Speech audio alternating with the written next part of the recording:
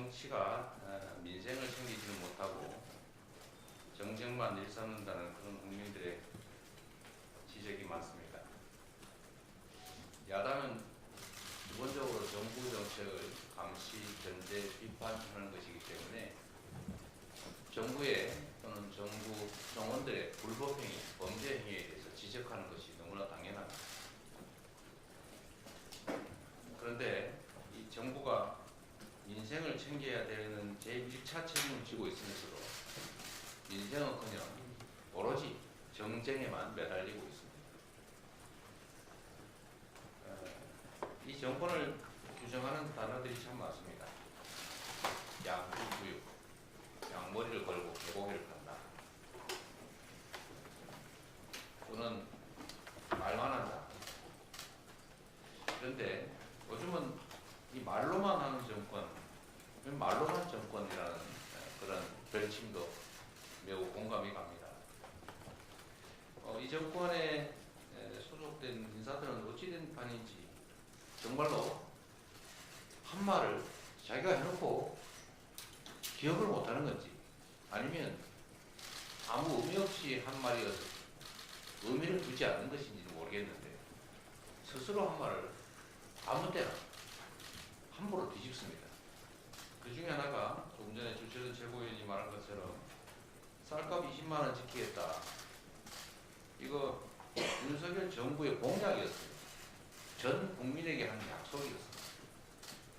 이제 와서는 농림부 장관은 자기도 그 말해놓고 그런 얘기 한 일이 없다고 그랬다는 겁니다. 이거 도대체 집단 망각증에 걸린 건지 기억상실증에 걸린 건지 모르겠는데 이런 게 한두 번이 아닙니다. 농업은 국제경쟁에 맡겨도 되는 사양산업이 아닙니다. 이 나라의 식량 주권, 식량 안보가 걸린 안보산업입니다. 전략산업입니다. 이렇게 함부로 농정을 했다가 식량 위기가 실제로 국제적으로 발생할 때 어떻게 대응하겠습니까? 우리나라 농업 보조금 수준이 대체적으로 OECD 국가의 몇 분의 1 정도에 불과한데 다른 나라는 돈이 남고 할 일이 없어서 농업을 지원하는 게 아닙니다. 안보산업, 전략산업이기 때문에 불가피하게 지원하는 거죠. 농업민생사법을 농망법이라고 규정을 하면서 거부권을 운운하는 장관 참 기가 막힌 일입니다. 이제 나중에는 아마 과장도 거부권 들고 나올 것 같아요. 이게 거부권이 대통령 보유 권한이고 극도로 절제돼서 행사돼야 될 권한인데 이제는 뭐 대통령이 시도 때도 없이 아무거나 거부권을 행사하다 보니까 장관도 이제는 지 마음대로 거부권 운운을 하고 있는 것 같습니다. 참 희한한 일입니다. 지금 상법 개정 둘러싸고도 역시 마찬가지 말로만 합니다.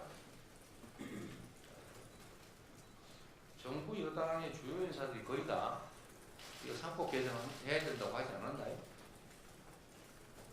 그런데 지금 와서는 우리가 실제로 상법 개정에 나서니까 다 반대한다고 돌아섰습니다.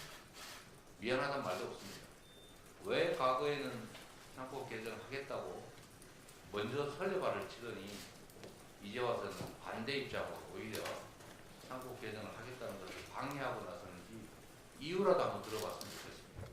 왜 반대하는지, 왜 말을 바꿨는지, 왜 그때는 그렇게 상법 개정하겠다고 생색을 냈는지.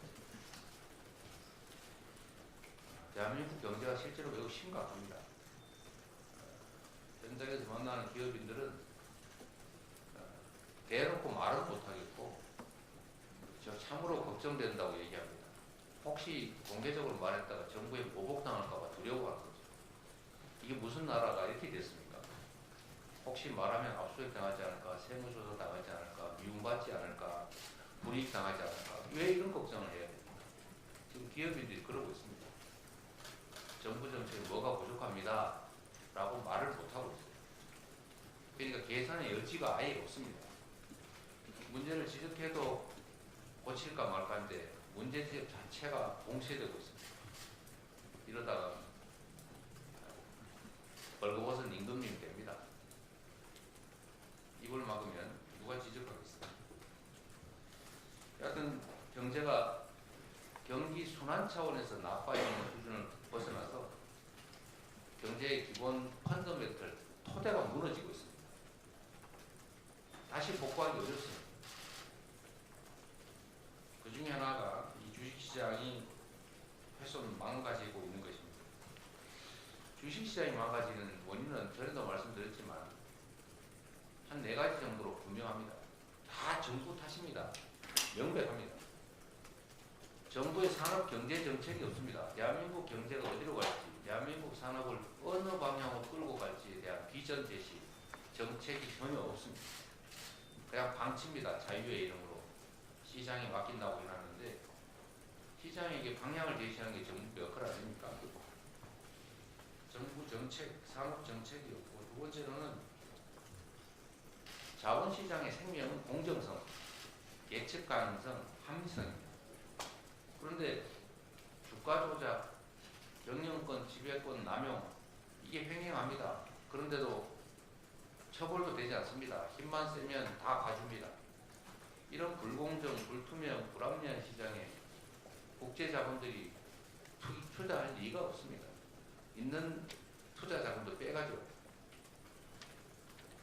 세 번째로 우량주를 불량주로 만드는 알맹이 빼먹기, 송아지 훔치기 이런 게 횡행합니다. 멀쩡한 우량 주식에다가 분할 합병을 거치고 나니까 무슨 전환사채 발행하고 나니까 신주 발행하고 나니까 갑자기 알맹이가 쏙 빠진 껍데기가 돼 있어요. 그런 회사를 어떻게 믿고 그런 시장을 어떻게 믿고 우량주 장기 투자라고 하는 걸 하겠습니까? 우량주가 갑자기 불량주 되어 있는데. 마지막으로 한반도의 지정학적 리스크, 한반도의 안보가 경제를 망칩니다. 안보 상황을 잘 관리해서 평화에 대한 신뢰를 구축해야 되는데 오히려 상대를 자극하고 외교를 엉망으로 해가지고 한반도를 전쟁 위험 지역으로 만들어 가고 있습니다. 이런 데 투자하겠습니다. 이런 산업 정부 정책 부재, 불공정한 시장, 경영 지배권 남용, 한반도 평화 위기 이 4가지 원인 때문에 대한민국 주식시장을 포함해서 대한민국 경제가 매우 구조적인 어려움에 처했다. 이걸 고쳐야 됩니다. 정부가 이 점에서 근본적인 정책 전환을 하지 않으면 대한민국 경제는 참으로 위험 진영에 빠질 것이고 대한민국의 민생도 매우 어려워지고 대한민국의 미래도 매우 어두워질 수밖에 없다. 그 말씀을 한번 드립니다. 그 중에 하나 우리 야당 차원에서라도 할 수 있는 일을 하겠습니다. 주식시장에서 자본시장에서 경영 지배권 남용을 근본적으로 막기 위해서 이사의 충실 임무 대상을 주주로까지 확대하는 3법 개정, 또 주주들의 권익을 보호하는 각종 입법을 반드시 이번 정기국회 내에 해내겠습니다. 그런데 이 구체적 방안에 대해서 경영계에서 반론이 있기 때문에 지금 정책위에서 준비하고 있죠. 쌍방의 의견을 다 충분히 들어보고 필요한 게 있으면 수용하고 또 이해관계를 조정해서 합리적인 방향으로 개정을 해나가도록 하겠습니다. 그 토론회는 제가 직접 참여해서 들어보고 우리 정책위원회에서 참관하시고 양쪽 이해 당사자들을 참여시켜서 신속하게 처리하면 좋겠습니다. 경제가 너무 어렵고 민생의 핵심은 경제인데 정부가 경제정책, 산업정책에 대해서 근본적인 제보를 해주시도록 다시 한번 촉구합니다.